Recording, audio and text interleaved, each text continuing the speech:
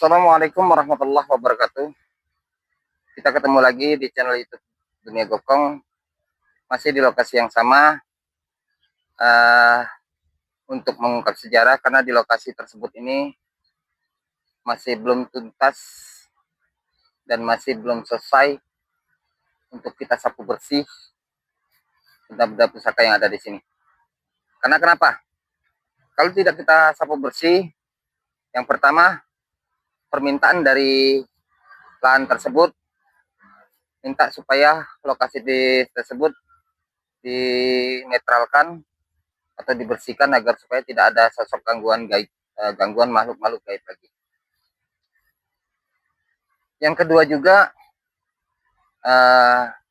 kita akan ambil semua benda-benda pusaka di sini, tujuannya untuk mencegah bagi orang-orang yang ingin memburu benda pusaka, tetapi semata-mata memburu barang pusaka untuk diperjualbelikan atau untuk diberikan kepada orang, agar supaya orang itu menggunakannya dengan jalan yang menyimpang dari syariat Islam. Maka dari situ, barang yang di sini, di lokasi sini, kita semuanya akan kita sapu bersih. Jika ada bendanya, kita akan ungkap sejarahnya.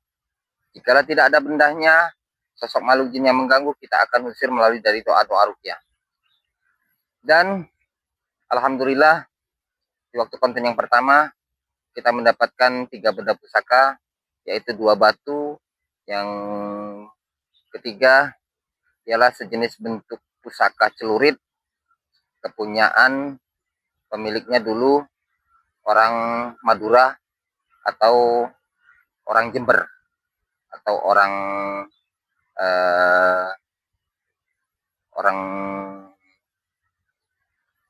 sejenis orang inilah, orang apa tuh, orang apa namanya, gua lupa, orang Jawa ya. Tapi sosok benda pusaka tersebut itu dari bentuk celuritnya dan isinya itu, saya lihat isinya seperti kayak kalau menurut di film-film dulu seperti Bang Sekar.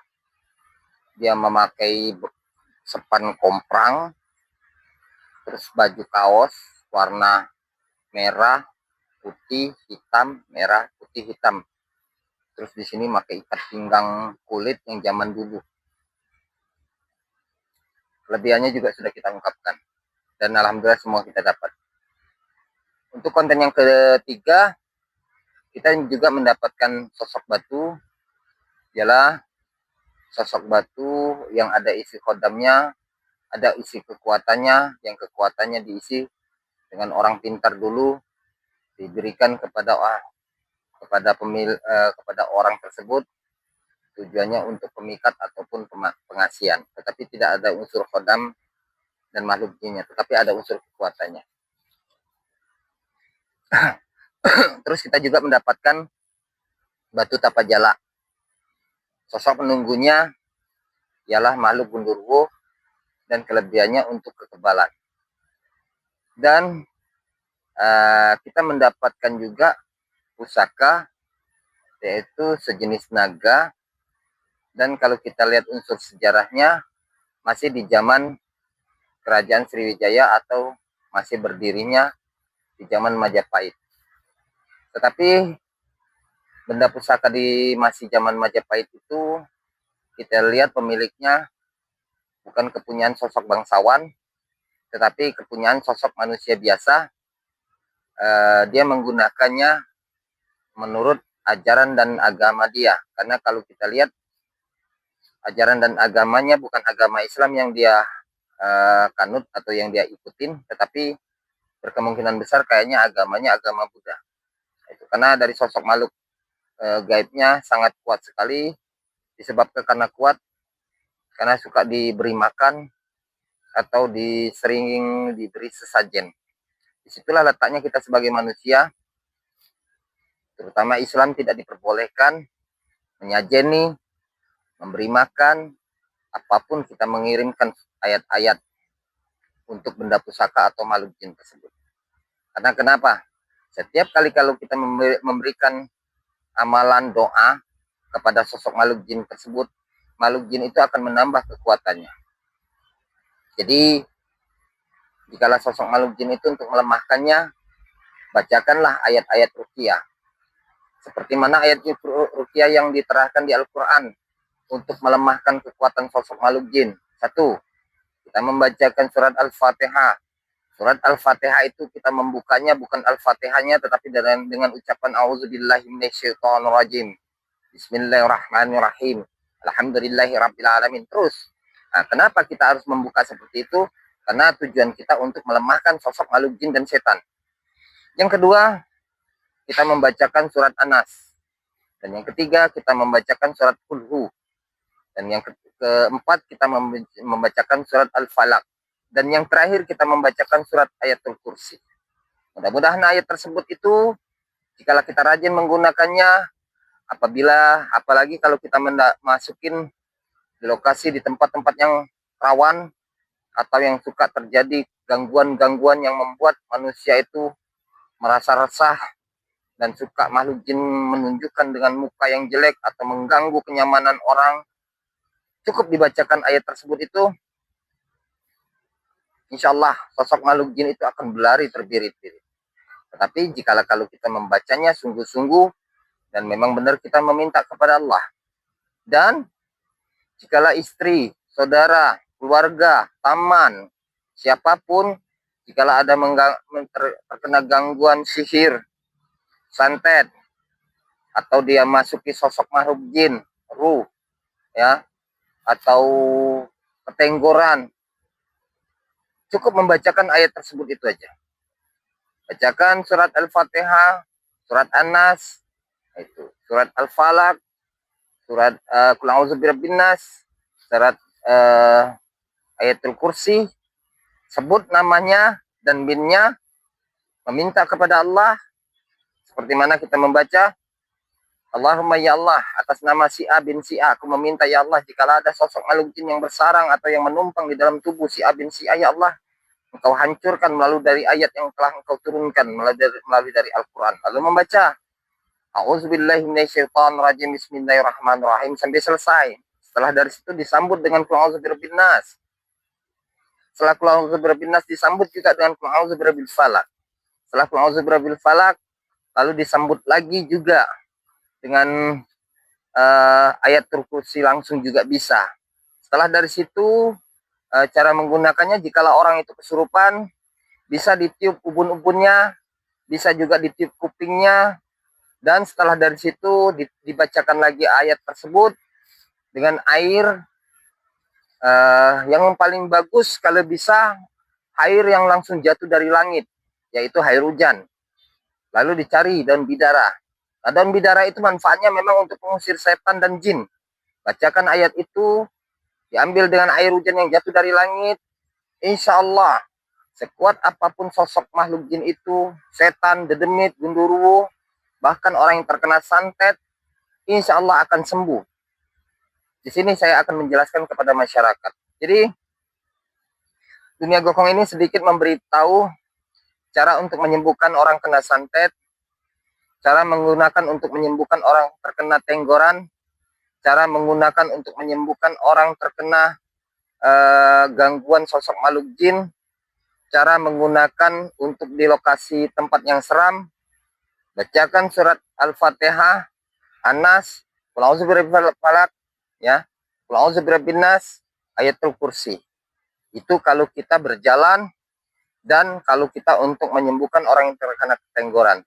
Terus jikalau untuk menjaganya, untuk mengusirnya, seandainya dia masuk ke dalam ruhnya, ya, nggak bisa keluar, cari air hujan yang langsung jatuh dari langit, ya, langsung jatuh dari langit, cari daun bidarahnya 7 lembar, 7 lembar atau 9 lembar yang bersifat ganjil. Lalu masukkan ke dalam gelas, kasih air hujan yang jatuh dari langit, bacakan surat Al-Fatihah, surat An-Nas, surat Al-Falaq, ya, itu. Terus bacakan surat Yasin. Sebut nama dan binnya. Tiupkan, minumkan separuh, usapkan dada, punggung, leher, Insya Allah mudah-mudahan sosok makhluk jin itu tidak akan tahan bersarang di situ. Jadi untuk menyembuhkan orang-orang yang seperti itu terkena santet dan guna-guna itu gampang, seperti itu aja. Tetapi yang membacanya harus dengan sungguh-sungguh. Jangan kita membacanya dengan riya. Arti riya itu kesombongan. Bacalah dengan ikhlas. Memohonlah dengan sungguh-sungguh kepada Allah. Insya Allah segala sesuatu itu akan bisa terwujud. Maka dari situ saya sedikit memberi himbauan ilmu pengalaman dari amalan-amalan tersebut. Jadi kalau kita ingin mengamalkan untuk mengobati orang, nggak perlu kita pakai yang macam-macam, cukup membaca ayat Al-Quran. Karena semua di dalam ayat Al-Quran itu datang dari Allah turun ke bumi semata-mata untuk umat Islam, agar supaya umat Islam itu bisa berjalan ke jalan yang benar, dan agar supaya apa yang digunakan bermanfaat bagi manusianya. Mungkin itu saja sedikit ilmu dan saran saya akan berikan kepada masyarakat. Jadi bagi Anda yang menonton di channel YouTube yang ketiga ini, kita sedikit memberikan pengalaman atau ilmu doa-doa ruqyah. Jadi itu aja yang kita jelaskan. Kita akan menelusuri benda pusaka yang selanjutnya untuk episode yang ketiga. Mudah-mudahan di episode yang ketiga ini kita bisa memberikan petunjuk dan sejarah yang kita dapatkan. Dan kita jelaskan juga pengambilan barang pusaka ini jangan melihat dari sisi pengambilannya. Jika Anda percaya dari sisi pengambilannya bisa terwujud dan nyata, semuanya itu atas dasar dari kebesaran Allah. Arti kebesaran Allah itu bukan dari sisi pengambilannya, tetapi manusia yang diciptakan oleh Allah sempurna, mempunyai otak, pikiran, kecerdasan, iman yang bertakwa kepada Allah. Jika Anda tidak percaya dari sisi pengambilannya, tujuan kita bukan untuk menunjukkan dari sisi pengambilannya, tetapi tujuan kita hanya untuk mengungkap sejarah. Arti sejarah ini manusia itu diciptakan oleh Allah melalui dari rahim ibu, keluar, mengandung 9 bulan, dilahirkan, disusui, kita menyiksa ibu, ya. Dari situ ada unsur sejarahnya. Nah, maka dari situ kita sebagai umat Islam sangat pantas dan sangat wajar jikalau kita ingin membalas jasa orang tua. Karena jasa orang tua itu tidak bisa kita nilai dengan harta. Jasa orang tua itu tidak bisa kita balas dengan kebaikan dan ketulusan orang tua. Karena ketulusan orang tua itu sangat mulia. Saking mulianya, sering suka disakiti kepada anaknya, tetapi orang tua selalu mendoakan yang terbaik. Terkadang mendapatkan anak yang merugikan kepada orang tua, suka minum, mabuk, ya, berjudi, suka mencaci maki orang tuanya. Tetapi orang tua itu tidak akan melalui dengan doa-doa yang buruk, tetapi selalu mendoakan kepada anaknya agar supaya anaknya itu menjadi anak yang terbaik, anak yang berguna bagi agamanya. Dari situ aja kita sebagai umat Islam wajib dan sangat pantas untuk menghormati orang tua kita. Karena di dalam hukum Islam sudah dijelaskan, sorga itu ada di telapak kaki ibu. Arti sorga itu di telapak kaki ibu, bukan sorganya ada di telapak, tetapi perbuatan orang tua itu sangat mulia di sisi Allah. Maka dari situ jikalau kita durhaka kepada orang tua, jangankan kita masuk sorga, bau sorganya pun tidak akan bisa tercium. Kenapa? Karena Allah itu menitipkan melalui dari rahim ibu, dan ibu itu ibarat Tuhan yang kedua, ialah Allah yang kedua. Karena kenapa? Kasih ibu tidak ada batasnya, tetapi kalau kasih anak ada batasnya. Tidak ada orang tua yang bisa membunuh anaknya, tetapi kalau anak membunuh orang tua itu sudah sering terjadi. Ini yang kita jelaskan. Maka dari situ kita sebagai umat Islam, jadilah orang yang terbaik. Jadilah orang yang berguna. Dan jangan jadi orang yang tidak berguna.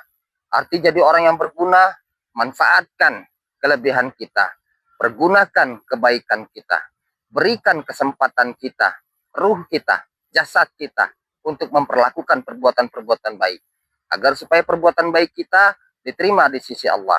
Dan agar supaya kematian ajal datang menyebut, insya Allah mudah-mudahan kematian itu dalam keadaan husnul khotimah.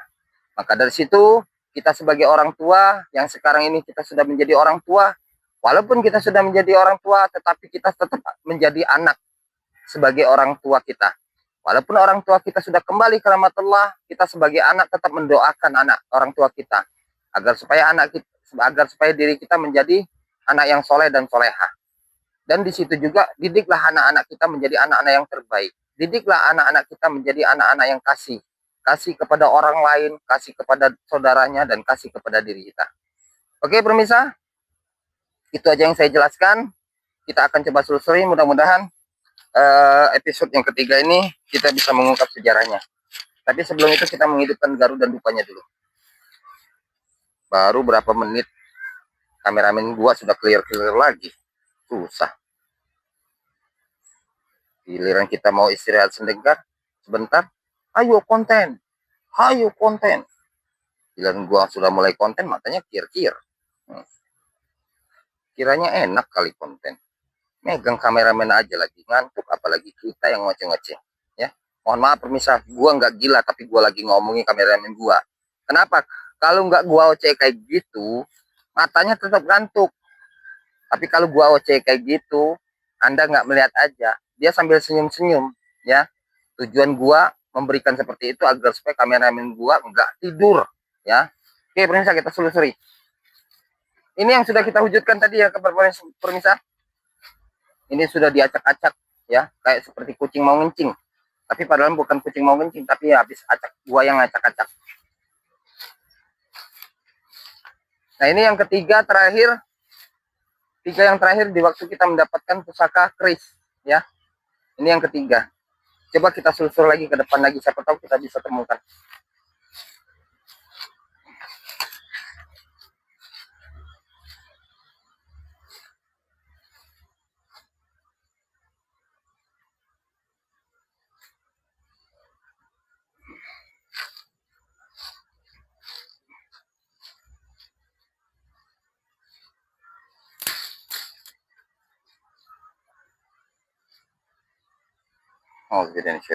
Bismillahirrahmanirrahim. Allahu Akbar. Allahu Akbar.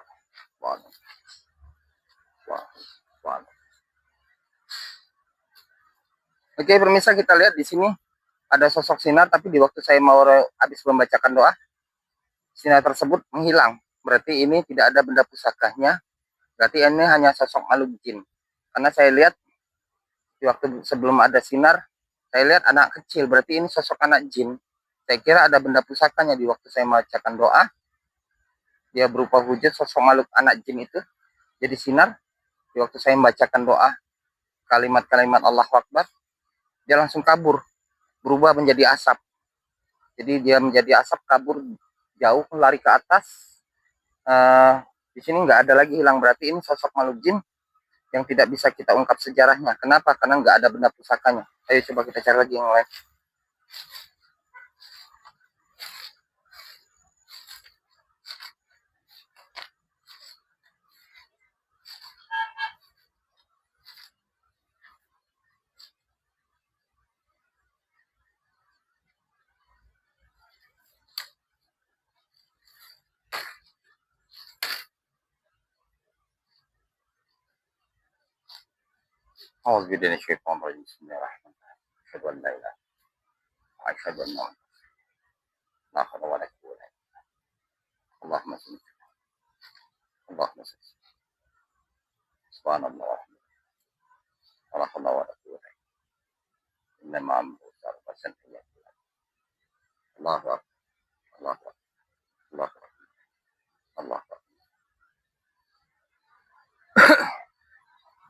Oke, pemirsa, kita lihat di sini ada sosok sinar 2.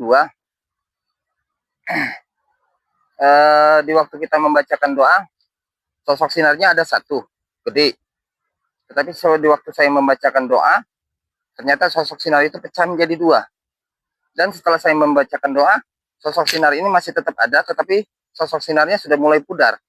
Berarti berkemungkinan besar, insya Allah ada benda pusakanya. Nah, kalau memang ada benda pusakanya, kita akan bisa ungkap sejarahnya. Tetapi sebelum kita wujudkan, sebelum kita ungkap sejarahnya, coba kameramen di setting aja dulu, didekatkan. Dekatkan aja dulu dari atas, shooting, dekatkan ke bawah. Lebih dekat lagi.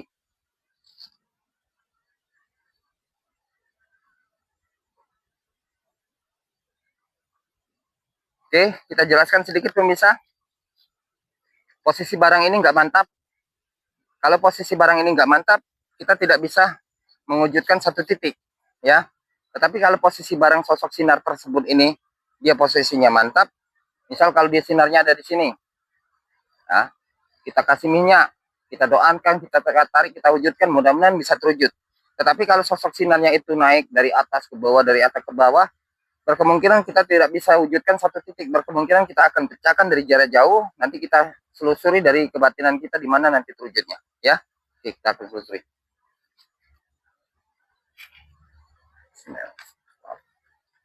Ini kita semproti keseluruhannya ya pemirsa, ya. Kita kelilingi seperti ini. Tujuannya di mana nanti terwujudnya, di situ nanti kita bisa temukan.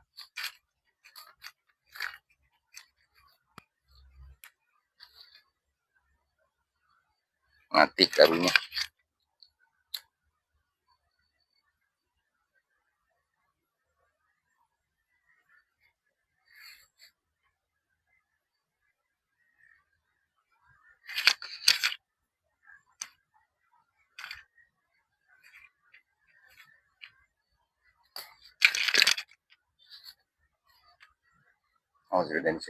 Bismillahirrahmanirrahim. Asyhadu an la ilaha illallah.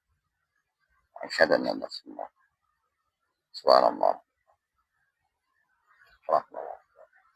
Subhanallah. Subhanallah. Subhanallah. Subhanallah. Allahu akbar. Allahu akbar. Subhanallah. Allahu akbar. Subhanallah. Allahu akbar. Subhanallah. La hawla wala quwwata illa billah. Subhanallah.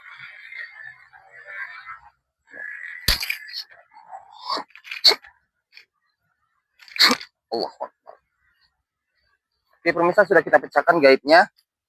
Nanti coba kita selusuri satu persatu, tetapi sambil kita selusuri, sambil kita zikirkan, tujuan kita zikirkan ini untuk mempermudah barang ini bisa nampak dan nyata. Bismillahirrahmanirrahim. Subhanallah. Subhanallah. Subhanallah. Subhanallah.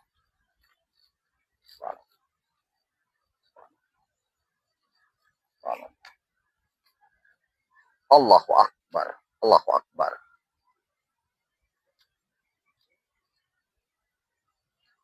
Coba kita cari lagi. Siapa tahu masih ada. Bismillahirrahmanirrahim. Subhanallah. Allahu akbar.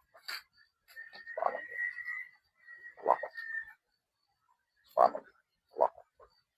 Subhanallah. Allahu akbar. Subhanallah. Allahu akbar. Subhanallah. Allahu akbar. Allahu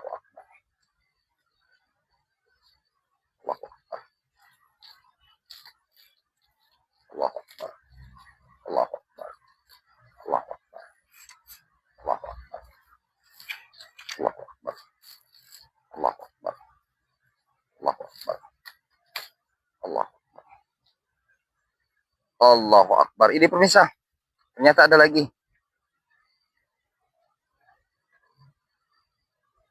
Subhanallah. Kita buka dulu ya. Bismillah. Subhanallah. Mau lari dia.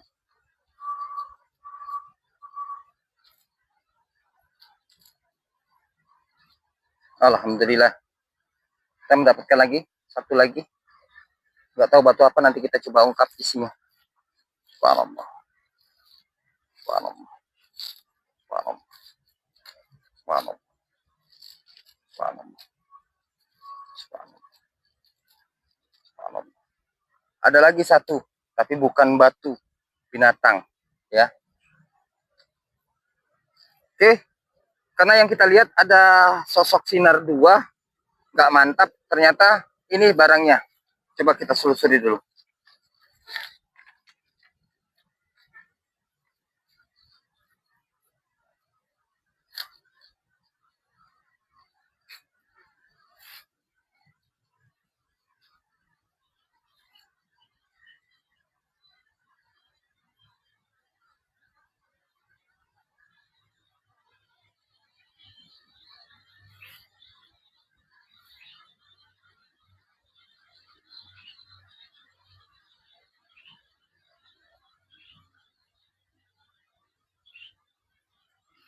Oke pemirsa, yang kita lihat ini tadi kita konten di situ ya.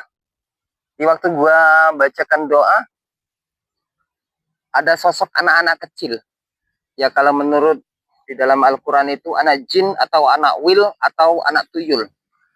Karena saya lihat di situ kan ada sosok anak jin dua. Di waktu saya bacakan doa dia berlari jadi asap kabur. Ternyata sosok anak jin tersebut ada di dalam batu tersebut ini. Ya, karena kita lihat ini ada dua sosok anak jin. Yaitu kalau kita lihat bersaudara. Ya, saya lihat bersaudara. Dan saya lihat juga anak jin ini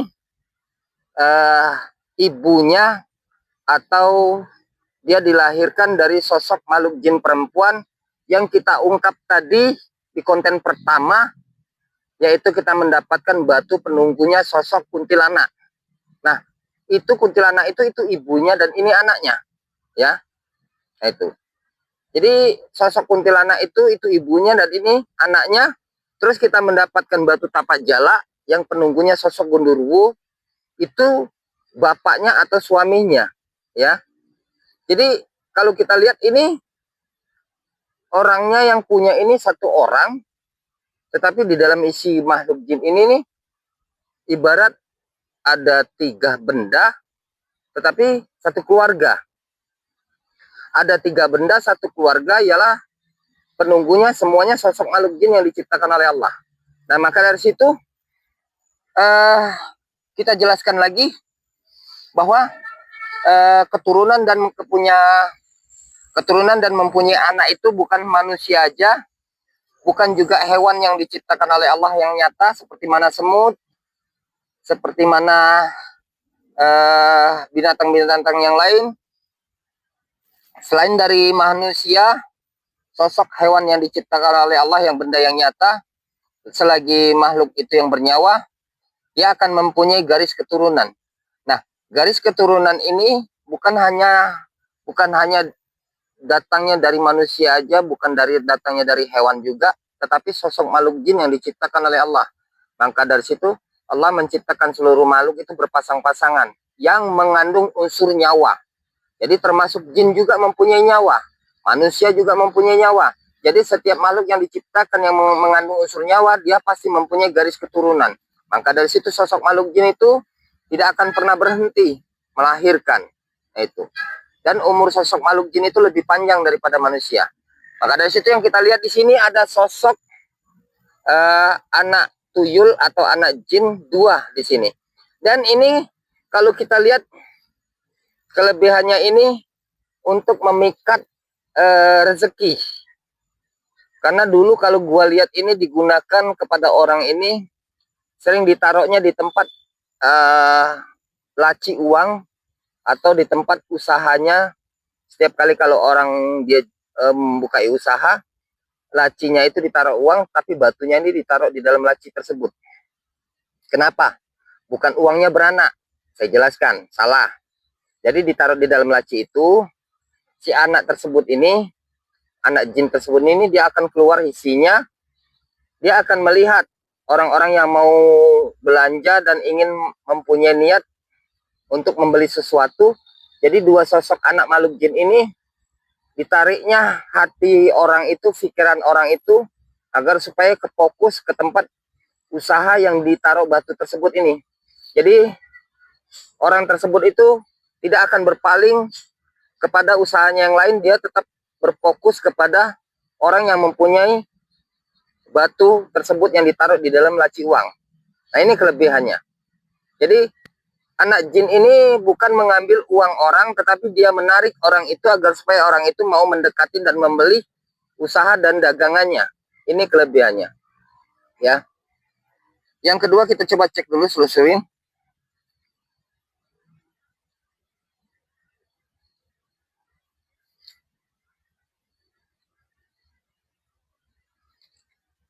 Ini juga sosok makhluk jin di dalam ini, tetapi sosok makhluk jin ini saya lihat seperti makhluk jin ini kecil sekali, kayak seperti semut ya kecilnya, tetapi dia ini perempuan. Terus dia mempunyai sayap dan mempunyai mahkota. berkemungkinan besar ini seperti kayak peri, ya. Dan kelebihannya juga sama untuk di bidang pengasihan. Jadi dua batu benda pusaka ini tujuannya untuk di bidang kerezekian. Karena orang yang memegangnya ini dulunya bukan beragama Islam. Ini yang kalau kita lihat. Agamanya luar dari Islam. Berkemungkinan agamanya bisa aja agama yang lain selain daripada Islam. Nah, maka dari situ kita jelaskan ini bahwa setiap orang-orang terdahulu mempunyai unsur kekuatan seperti mana orang terkadang mengambil rezeki yang dengan jalan yang tidak halal, seperti mengambil pesugihan, bersekutu kepada Allah, meminta rezeki kepada sosok jin dan setan. Allah sudah menjelaskan, setiap makhluk apa yang dia pinta, semuanya akan Allah berikan, termasuk juga setan. Maka dari situ, setan meminta dan berdoa memohon kepada Allah agar supaya Allah menurunkan rezekinya kepada setan. Setan meminta rezeki itu tujuannya untuk memberikan kepada manusia agar supaya manusia itu berdoa dekat kepada setan, bukan dekat kepada Allah. Itu tujuan setan itu. Maka dari situ, setiap sesuatu apa yang dipinta setan itu semua akan Allah kabulkan. Tetapi hanya satu yang tidak hanya Allah kabulkan, setan meminta, ialah ke surganya Allah. Maka dari situ setan itu tujuan semata-mata meminta segala sesuatu, tujuannya untuk menyesatkan manusia. Nah, maka dari situ bagi orang yang menyimpang dari syariat Islam, orang yang menyimpang dari syariat Islam dan orang yang bersekutu kepada Allah dan orang yang menyembah setan, itu hidupnya akan sempurna, ya. Arti sempurna itu ekonominya menunjang, kesehatannya terjaga, umurnya selalu panjang. Kenapa? Karena setan itu meminta agar supaya setan itu mempengaruhi manusia itu, agar supaya manusia itu selalu berbuat dosa dan berbuat salah kepada Allah. Nah itu. Termasuk juga benda-benda kekuatan, kekebalan, harta, ya. Nah, itu. Termasuk juga seluruh apa yang dipinta oleh manusia itu akan diberikan kepada setan, agar supaya setan itu mempengaruhi manusia, agar supaya manusia itu menjadi sesat. Disinilah yang saya jelaskan kepada masyarakat. Jadi ingatlah, segala sesuatu itu, jikalau kalau kita ingin selamat, ikutilah ajaran Nabi kita dan ajaran agama-agama kita. Jikalau Nabi kita di dalam hukum Islam, kita sebagai umat Islam, kita mempelajari dan mengikuti jejak Nabi kita, Nabi besar Muhammad Sallallahu Alaihi Wasallam, apa yang diajarkan kepada Nabi kita, ini ajarannya yang kita ikuti, bukan gelar dan kenabiannya, ya. Kalau kita mengikuti ajaran Nabi kita, Nabi besar Muhammad Sallallahu Alaihi Wasallam, insya Allah mudah-mudahan kita akan selamat dunia dan akhirat. Karena kenapa? Perjalanan nabi-nabi kita, perjalanan tokoh-tokoh agama kita, perjalanan orang-orang yang ke jalan Allah, tidak ada orang yang tujuannya ke jalan Allah itu semua perjalanannya akan mulus. Lihat aja sendiri, bagi baginda besar kita Muhammad Sallallahu Alaihi Wasallam, termasuk pengikut-pengikutnya, tidak ada baginda besar kita tuh hidup yang kaya, mewah, makmur, tidak ada. Bahkan Nabi besar kita, walaupun kita tidak bisa melihat Nabi besar kita Muhammad Sallallahu Alaihi Wasallam, tetapi kalau melihat dari sejarahnya, itu Nabi besar kita Muhammad Sallallahu Alaihi Wasallam selalu dizolimi manusia, termasuk juga ingin dibunuh, ya, ingin dicaci maki, dan bahkan pamannya sendiri pun juga mau membunuh kepada Nabi besar kita Muhammad Sallallahu Alaihi Wasallam. Tetapi Nabi kita selalu mendoakan dan Nabi kita selalu bersabar. Nah, inilah intinya yang harus kita pelajarin, ya, bukan kenabiannya tetapi kesabarannya. Jadi kita di akhir zaman ini banyaklah kita bersabar, banyaklah kita ikhlas. Biarkan orang yang menzalimi kita, biarkan orang yang mencaci maki kita, dan biarkan orang yang memburuki kita. Selagi kita tujuannya ke jalan Allah itu benar, doakan orang yang menzalimi kita itu agar supaya orang itu menjadi orang yang baik. Doakan orang itu yang buruk itu akan menjadi sadar. Karena kenapa? Doa dari kita itu insya Allah Allah yang memberikan imbalan dan balasan dari Allah sendiri. Ini yang kita jelaskan. Jadi setiap benda-benda yang kita dapatkan ini semata-mata bukan untuk kita berikan kepada masyarakat, tetapi ingin mengungkap sejarah dan kelebihannya. Arti sejarah dan kelebihannya berarti benda-benda pusaka tersebut mempunyai unsur kekuatan dan kelebihannya itu bukan datang dari Allah, tetapi dari sosok makhluk jin yang bersarang di sini. Ada dua kemungkinan. Berkemungkinan dimasukkan orang zaman dulu. Ada juga makhluk jin yang masuk dengan sendirinya. Kenapa bisa masuk dengan sendirinya? Karena perbuatan manusia. Manusia itu lebih percaya dengan sosok makhluk jin daripada kepada Allah. Ini yang kita jelaskan. Nah, maka dari situ, kenapa manusia lebih percaya dengan sosok makhluk jin dan setan daripada kepada Allah? Karena sosok makhluk jin dan setan itu akan membuktikan langsung nyata. Ya, Allah bukan tidak mau membuktikan. Karena disinilah hidup kita sebagai manusia, arti hidup kita sebagai manusia ada waktu datangnya lahir, tetapi ada juga waktu datang kematian. Nah, di waktu perjalanan hidup kita manfaatkan untuk kita beramal ke jalan Allah. Tetapi di waktu kita berjalan ingin beramal ke jalan Allah, jin dan setan yang akan menyesatkan kita tidak akan pernah henti untuk menggoda kita. Baik dari sisi kelebihan kekebalannya, baik dari sisi perempuan, maupun dari sisi hartanya. Jadi maka dari situ saya mengungkapkan sejarah ini, kelebihannya, agar supaya masyarakat bisa mengetahui bahwa benda-benda yang seperti ini tidak pantas kita sembah, tidak pantas kita meminta. Dan yang kita sembah dan kita meminta hanya satu, ialah Allah, kebesaran Allah. Karena kematian, keselamatan kita baik dunia dan akhirat hanya Allah yang bisa menjamin, bukan sosok makhluk jin dan bukan sosok makhluk setan. Ini yang kita jelaskan. Karena setan itu di waktu dunia ini akan hancur, kiamat itu akan datang, setan itu akan kembali ke nerakanya Allah. Nah, itu. Oke, pemirsa, ini aja yang kita jelaskan. Kita akan coba selusuri lagi. Mudah-mudahan yang kedua kita bisa ungkap lagi sejarah dan kita bisa temukan benda pusakanya. Karena saya nggak terlalu lama.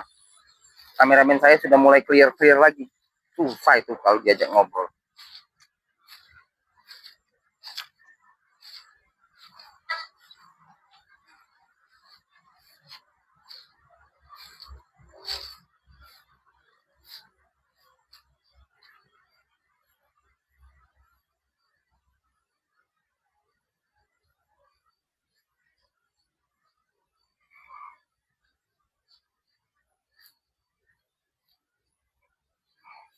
Subhanallah.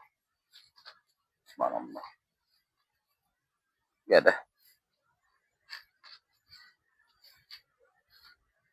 Subhanallah. Subhanallah. Allahu Akbar. Allahu Akbar.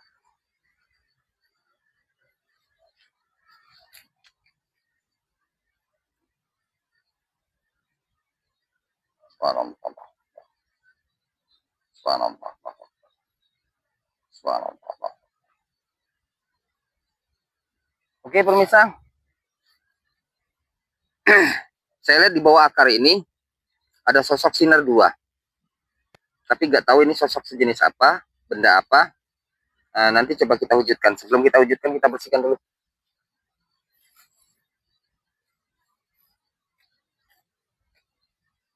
Coba di setting dulu kameramen. Setting. Ya. Oke. Coba kita wujudkan.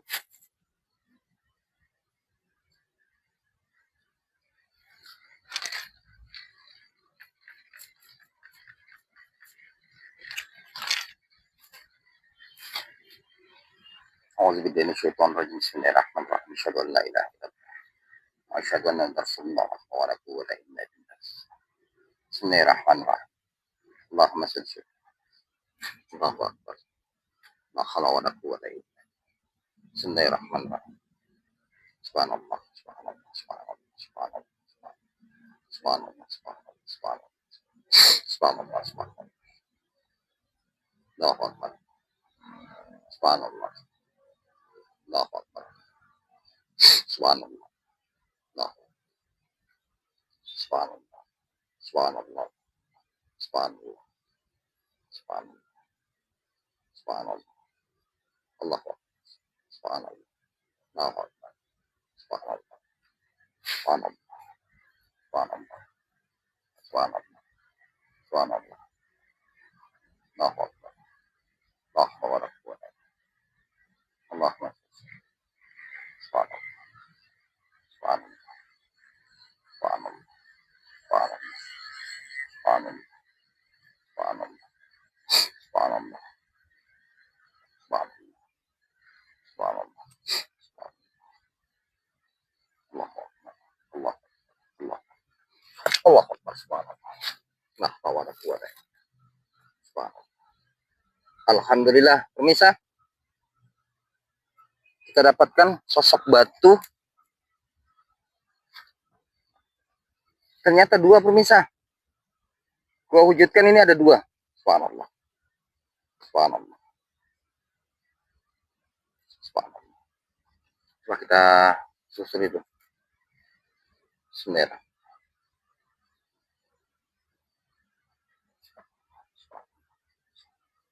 Subhanallah.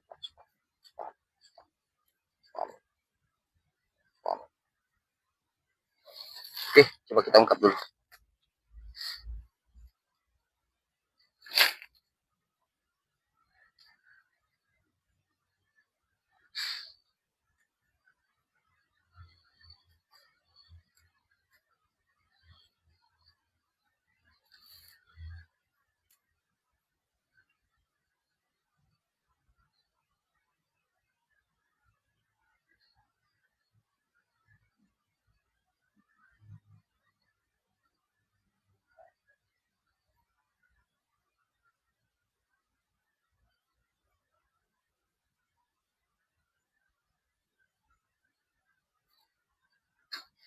Oke, pemirsa. Yang kita lihat ini sosok makhluk jinnya ini berupa sejenis wujudnya sejenis hewan. Tetapi yang saya lihat ini sosok penunggunya ini sejenis hewan tetapi buaya. Ini buayanya ini dari mulai kepala sampai ke badannya semua putih. Ibarat kalau kata orang ini buaya putih, ya, siluman buaya putih. Dan saya lihat juga sosok kelebihannya ini juga sama satu orang yang punya. Ternyata orang yang punyanya ini juga termasuk pawang buaya. Arti pawang buaya ini kan kalau orang zaman dulu ini kan nggak seperti zaman sekarang. Kalau zaman sekarang ini kan kalau manusia dimakan buaya, bukan dukun yang dicari, bukan paranormal yang dicari, tetapi aparat kepolisian. Kenapa? Hanya polisi yang bisa membunuh hewan tersebut. Itu. Jadi kalau manusia itu dimakan buaya, ya, dia akan memanggil polisi kehutanan. Ialah buaya tersebut itu akan dibunuh, ya. Tetapi kalau untuk zaman dulu, tapi zaman sekarang juga masih ada kok. Tapi kalau zaman dulu ini, kalau orang suka dimakan buaya, itu langsung larinya ke sensitif. Ya, dimakan buaya, wih, itu dimakan siluman buaya itu. Diambil, dimakan tumbal. Nah, jadi dia akan mencari pawangnya. Nah, pawang buayanya ini dia yang punya ini. Jadi setiap kalau kejadian ada orang hilang di sungai, selalu orang yang mempunyai benda ini didatangi. Itu. Karena di Sumatera Selatan ini, permisa saya jelaskan, di Sumatera Selatan ini zaman dulunya itu rawa. Zaman dulunya itu banyaklah ilir sungai. Dan di zaman dulu banyak sekali buaya-buaya muara, ya. Dan banyak juga sering terjadi dulu manusia dimakan buaya. Nah, itu.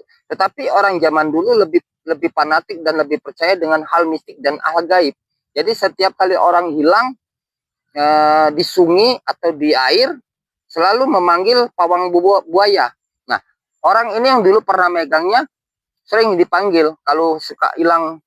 Misal ada anak-anak kecebur di dalam sumur, nggak ketemu, ya, atau kecebur di dalam sungai nggak ketemu. Nah, dia dipanggil dengan pawang buaya, ialah yang punya ini.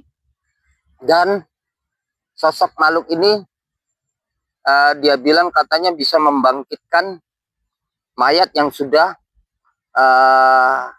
kaku atau sudah beku di dalam air. Ini kata sosok makhluk jin ini tersebut.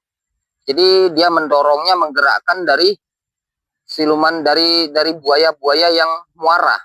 Jadi siluman buaya ini bilang katanya dia memerintahkan seluruh buaya untuk mendorong orang yang mati tenggelam. Seandainya kalau orang itu mati bukan dimakan buaya. Jadi dia akan memerintahkan buaya yang memang benar-benar sejenis buaya beneran. Sosok siluman buaya ini menggerakkan buaya tersebut agar supaya anak orang tersebut mati tenggelam bisa nimbul, didorong dari buaya muara tersebut.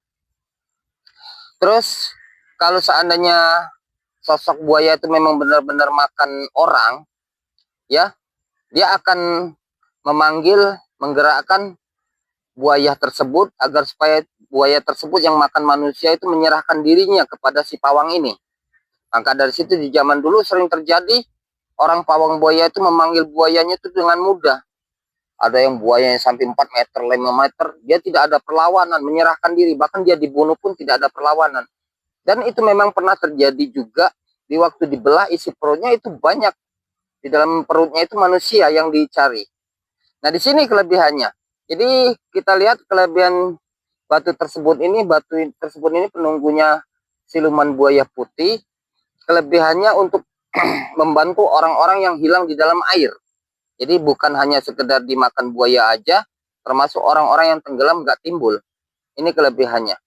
Ya, tetapi tidak lain dan tidak bukan, walaupun dia bentuknya sosok siluman buaya putih, tetapi ini sosok makhluk jin. Itu.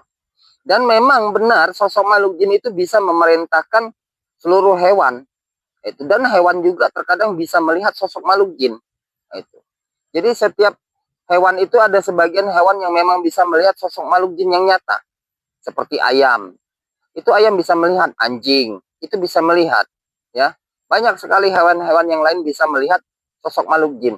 Maka dari situ terkadang kalau jin suka menunggangi hewan-hewan seperti mana hewan yang suka ditunggangi oleh jin seperti anjing itu suka ditunggangi oleh sosok makhluk jin. Ular itu suka ditunggangi sosok makhluk jin. Nah, ini yang kita jelaskan. Oke, pemirsa, kita sudah ungkap ini. Coba kita ungkap yang keempat.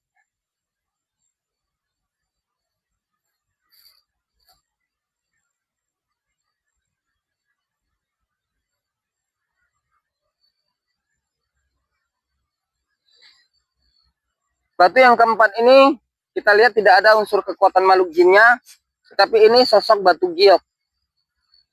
Dan saya ungkap ini sosok siluman buaya putih ini dia bilang ini kepunyaan istrinya. Itu. Karena sosok batu giok ini dipegang sama istrinya karena ini tujuannya untuk di bidang pengobatan atau untuk menetralkan peredaran darah atau untuk membuang racun. Jadi batu tersebut ini tidak ada unsur kekuatan makhluk jinnya, tetapi ada unsur kekuatan yang lain yang tidak mengandung unsur kekuatan dari makhluk jin, tetapi kekuatan dari alam. Dan dia ini juga mendapatkannya dari alami. Ya, alhamdulillah kita mendapatkan 4 benda pusaka. Ya, coba kita selusuri lagi. Gua ngobrol-ngobrol, kayaknya di situ ada lagi. Gua sih lihat sinar. Mudah-mudahan sosok sinar itu bisa kita wujudkan. Ya, coba kita selusuri lagi. Siapa tahu bisa kita ungkap.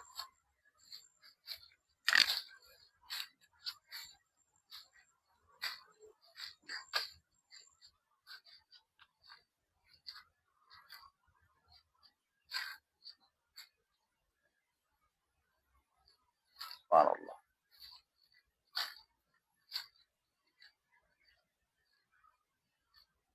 Subhanallah. Subhanallah.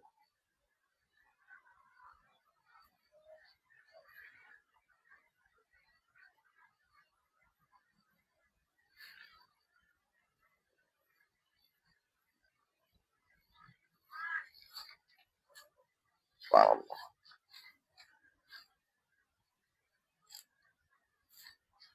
Oke, pemirsa, kita lihat di sini ada sosok sinar.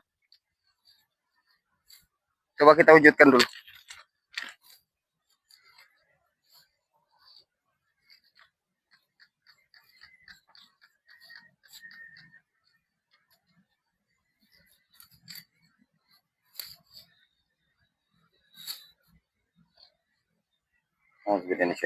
Bismillahirrahmanirrahim. Asyhadu an la ilaha illallah wa la quwwata Allahumma shalli. Allahumma shalli. Allahu akbar. Subhanallah. Inna ma'am. Subhanallah. Subhanallah. Subhanallah. Subhanallah.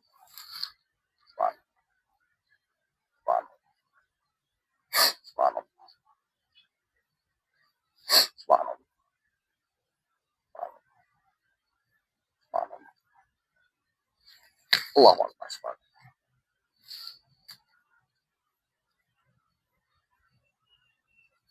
Alhamdulillah, pemirsa, kita mendapatkan lagi. sosok batu juga. Coba kita ungkap isinya. Ini konten yang ketiga ini kayaknya kita mendapatkan batu semua loh pemirsa. Konten yang kedua kita mendapatkan pusaka. Pertama, kedua mendapat pusaka. Yang ini yang ketiga ini kayaknya batu semua.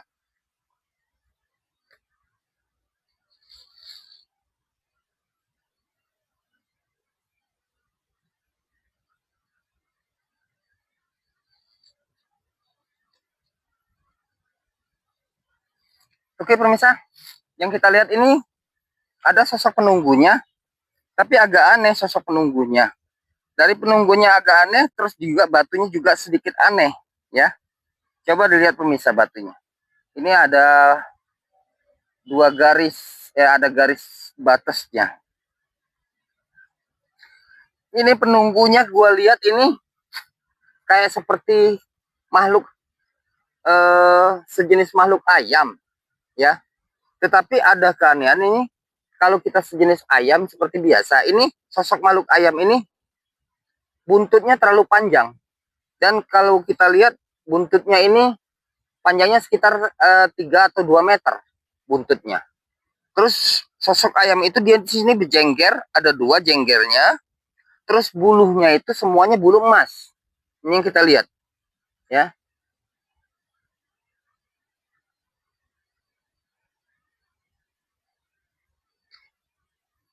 Ini kalau kita lihat semuanya ini kelebihannya ini untuk seluruh.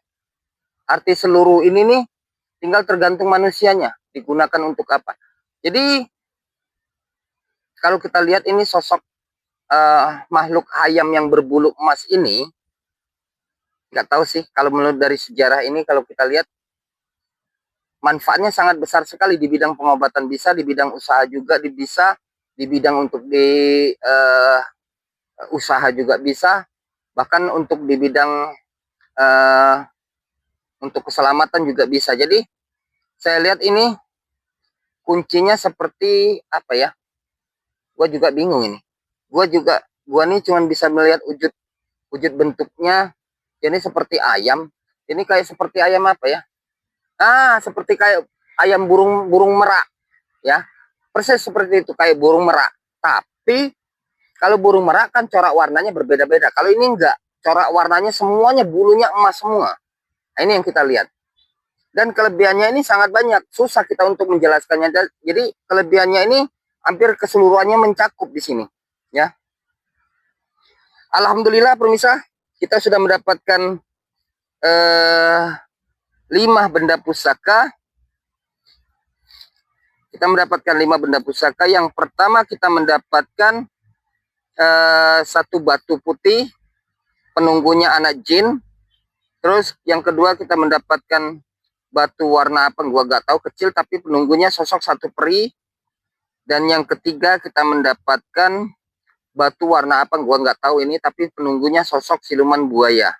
Dan kita mendapatkan yang keempat, mendapatkan sosok batu giok, pemiliknya ialah istri dari orang pintar yang dulu waktu masih hidup. Dan yang terakhir kita mendapatkan batu merah, penunggunya sosok burung merak atau sejenis burung merak tetapi berbulu emas. Ini kita lihat.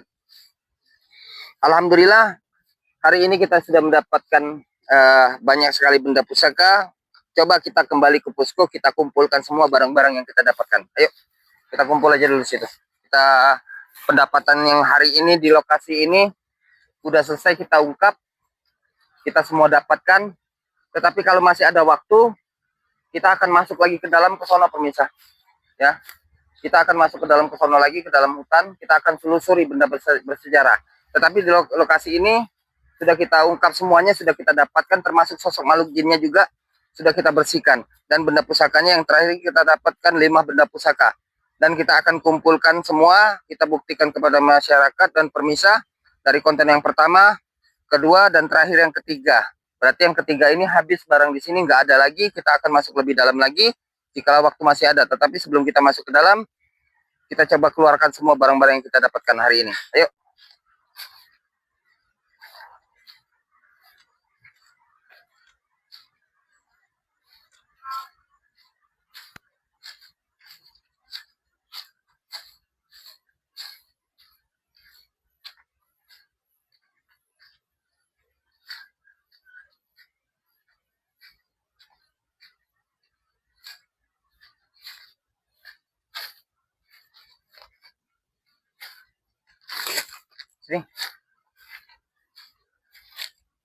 Oke pemirsa, kita akan coba keluarkan semuanya yang kita dapatkan hari ini.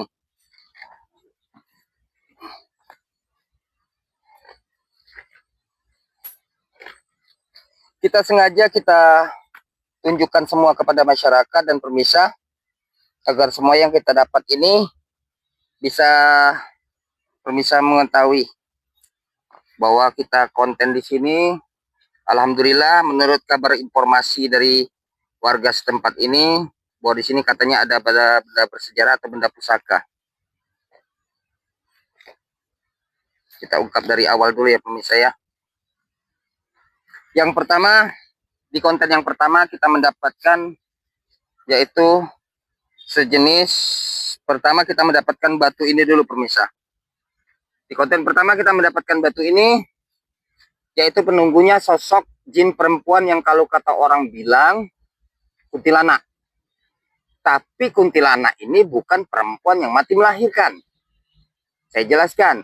Untuk ibu-ibu juga saya jelaskan.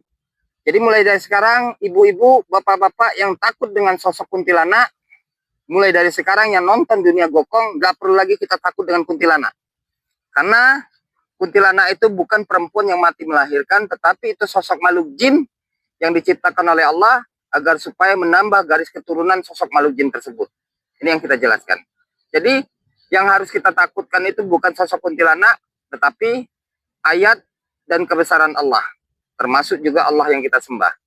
Jadi mulai dari sekarang buat ibu-ibu, terutama bapak-bapak dan ibu-ibu yang takut dengan sosok kuntilanak, mulai dari sekarang yang sudah menonton Dunia Gokong, nggak perlu lagi kita takut dengan kuntilanak, karena kuntilanak itu ciptaan Allah. Dan kuntilanak itu bukan perempuan yang mati melahirkan, tetapi itu sosok makhluk jin yang menyerupai, menakut-nakuti manusia agar manusia lebih takut dengan makhluk jin daripada kepada Allah. Ya, ini yang pertama. Ini yang kita mendapatkan sosok batu penunggunya sosok kuntilanak dan kelebihannya untuk pengasihan.